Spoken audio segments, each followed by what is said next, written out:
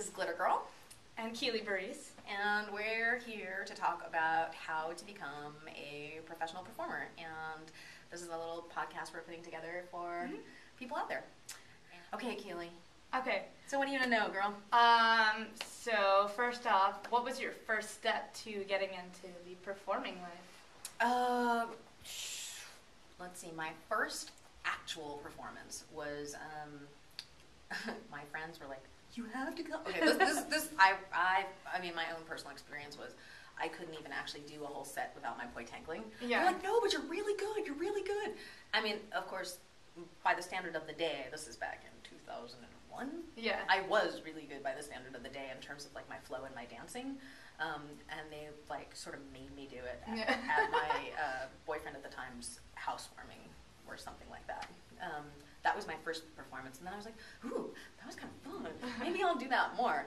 And then I just sort of had a really big breakthrough at Burning Man in 2001 when my friends were DJing. We had a camp. My friends were getting married, and we had a large scale sound system. So it was my friends DJing on the biggest sound system on the playa at the Illuminati camp. It was so awesome.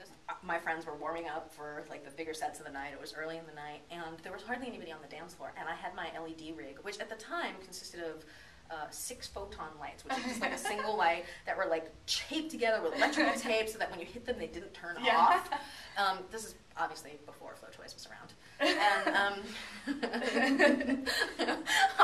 I think Aerotech was around, but they're really heavy stuff. Yeah. So I was really having this lightweight rig, but I didn't want to be using glow sticks, environment, even back then.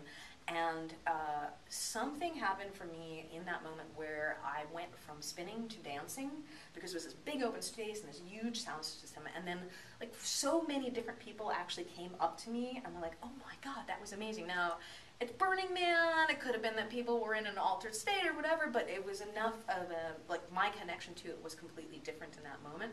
So at that point on, I was like, "Oh, well, okay, I'll perform more." So I started performing at my friends' parties, and I was a DJ and I produced parties, and I have a lot of friends who are party promoters, so I started going to parties and doing it at parties. So that's that also gave me the idea for how I actually got into getting performances initially, because it's really hard if you don't know anybody. Yeah. And at the time, Poi was still like so new.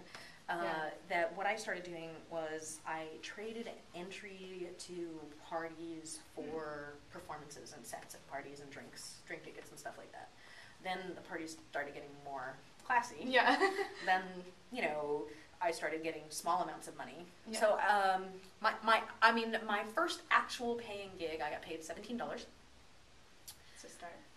Oh my God, it's completely ridiculous. There were like six performers and a fire safety, and we got $85 or something like that, And we were performing on a deck outside of a loft that was, my guess is maybe 20 feet by 10 feet deep. And what's really weird is we're on this deck, and then there's this glass door here, and the audience is behind the glass door that's closed. It's very odd. Interesting. And it was drizzling. It was totally strange. It was completely strange. But that was my first actual paying gig, and then after that it was like people who knew me, because I was also a DJ at the time, were like, "Oh, well, come and DJ and then perform." Yeah. So then I started doing, because when I started I was like, "Oh, well, I'll be a DJ with like an extra performance thing." It's a good thing. Yeah, but then as time progressed, I just didn't put enough time into my DJing, so there was more money in this, so surprisingly. I can believe it. It's more risky, or I guess. More of a developed skill, you really gotta be no, it is not a more developed skill than DJing. Really? Absolutely not. It's just completely different skills. It just may seem like a more physical skill, but DJing is all about being able to do really creative mixes and stuff like that. I don't think it's a more developed skill. That makes sense. Yeah. It's just a different skill. Yeah. Yeah. Use totally different parts of yourself. Definitely. 100%. Thanks for watching. Bye. Bye.